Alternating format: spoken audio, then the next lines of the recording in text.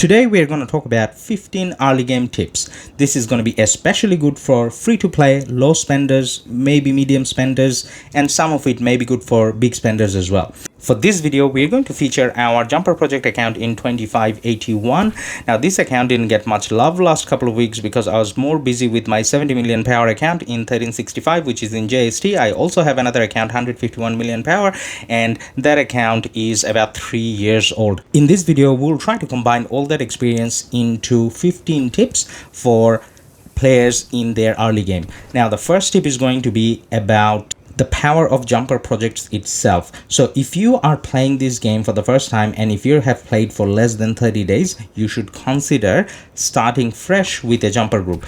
If you have played more than a month, then try to join Jumper alliances within your kingdom. Now, just looking at the alliance power in the kingdom that I'm in, you can see that probably up to 6. Yep, so up the top 6 alliances come from the same Jumper group. If you can't identify which are the Jumper group alliances in your kingdom, or if you can't get into them, try to get into an alliance which does good in an event called King of Tribes, where the objective is taking down forts, barbarian forts. The second tip of the day is going to be about your login times. So you may be playing a couple of hours a day.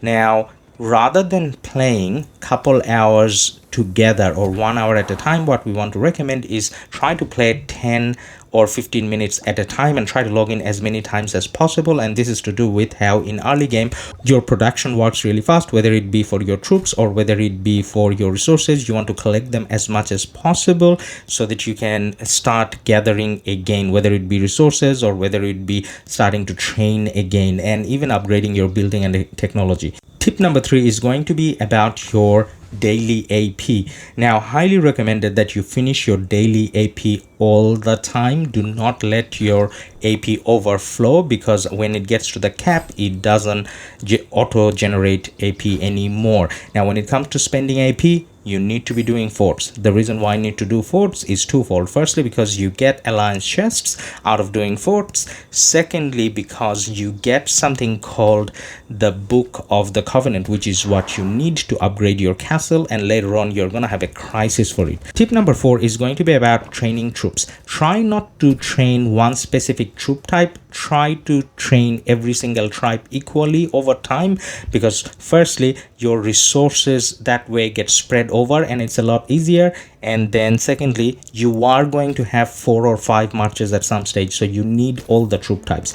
Now, tip number 5, we're going to talk about legendary commanders. Now, the early game legendary commanders generally are good from 5511. You can even start using them from 5111. By 5 I mean the first skill. So in terms of these commanders, you're going to try to focus on Richard. Try to get him to 5111, and then when you have access to YSG, try to get him to maxed, as in upgrade all his skills. Now, on the side, you're going to have your gold key commanders. You're not meant to invest universe's gold heads on them. You just let them be, because you're going to have plenty of epics. Now, that brings us to tip number 6. In terms of epics, there are a few specific commanders that you should focus on.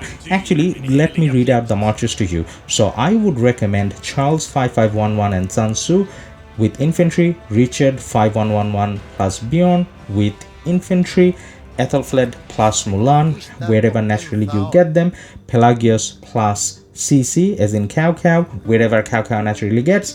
Kira, you're gonna have access to her from an event called Ceroli, and then she goes well with YSG, and that'll be with Archer. Now, the Pelagius and CC march was cavalry, and Ethelfled and Mulan you can use mixed troops. So you have 2 infantry marches, you got 1 cav, you have 1 archer and 1 mixed march. Now, these 5 marches, if you're a very low spender or free to play, you can probably survive with this until KVK 2 or even until KVK 3. The topic of Kira brings us to our point number 7 for the day.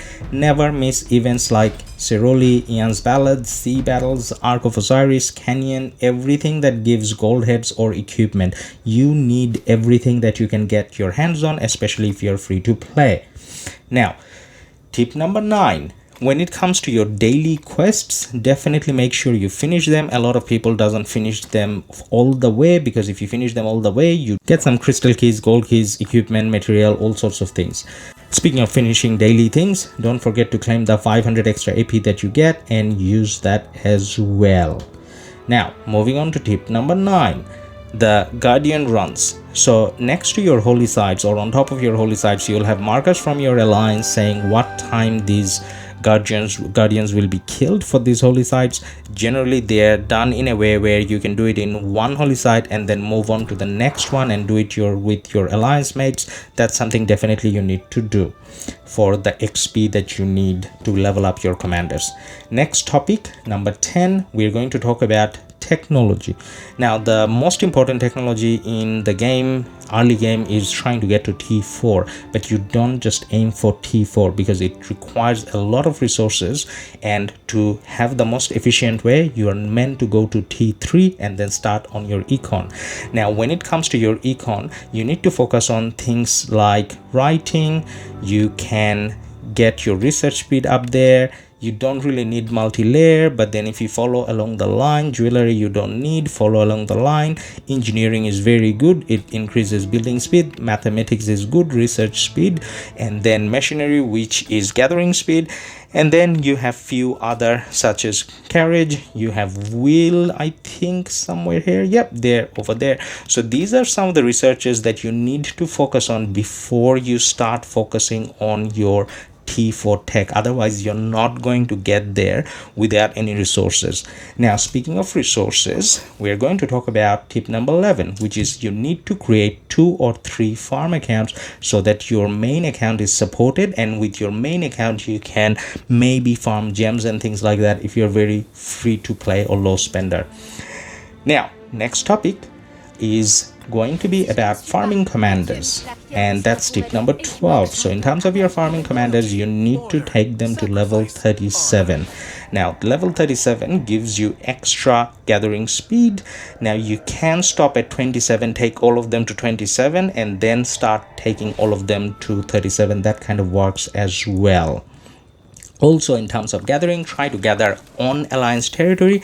That way you get a 25% faster gathering rate. So definitely try to gather on your alliance territory, which is why you're recommended to port on the edge of the territory so that resources can spawn on alliance territory. Now, the resources that you're gathering, you need to make sure they're protected, you need to have a decent garrison, and you need to bubble when there's drama going on. Speaking of city garrison, I should probably change that Richard to maybe a Kusunuki, which has more skills unlocked. Now, the city garrison is not going to save all your troops or all your resources. You need to make sure you're not opening these resource tokens or cards. You only open them when you need them, otherwise people can rally or swarm your city and take them away from you.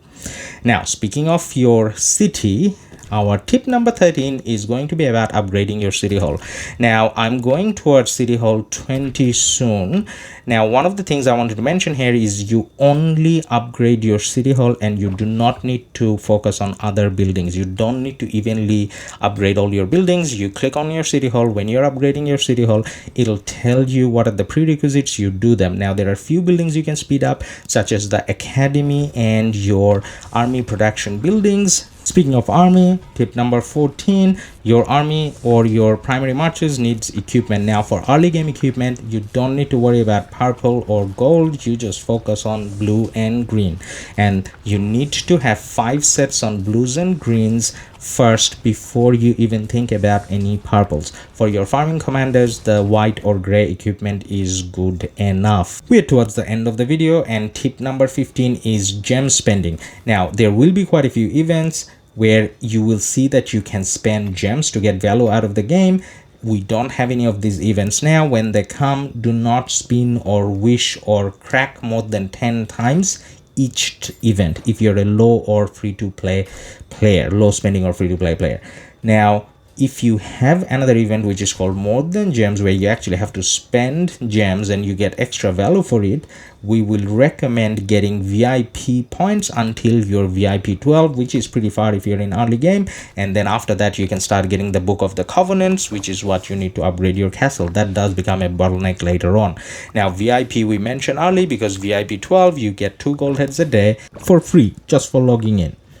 Now, There are a couple of other things that we wanted to talk about. These are not tips, these are more mindset things. So if you're a low spender or a free-to-play player, do not even look at the event called MGE. You don't necessarily need the MGE commanders unless you're a rally or garrison leader. As a free-to-play low spender, you can survive with the wheel commanders, the gold key commanders, and in early game epics as well. As you can see, I haven't spent anything here.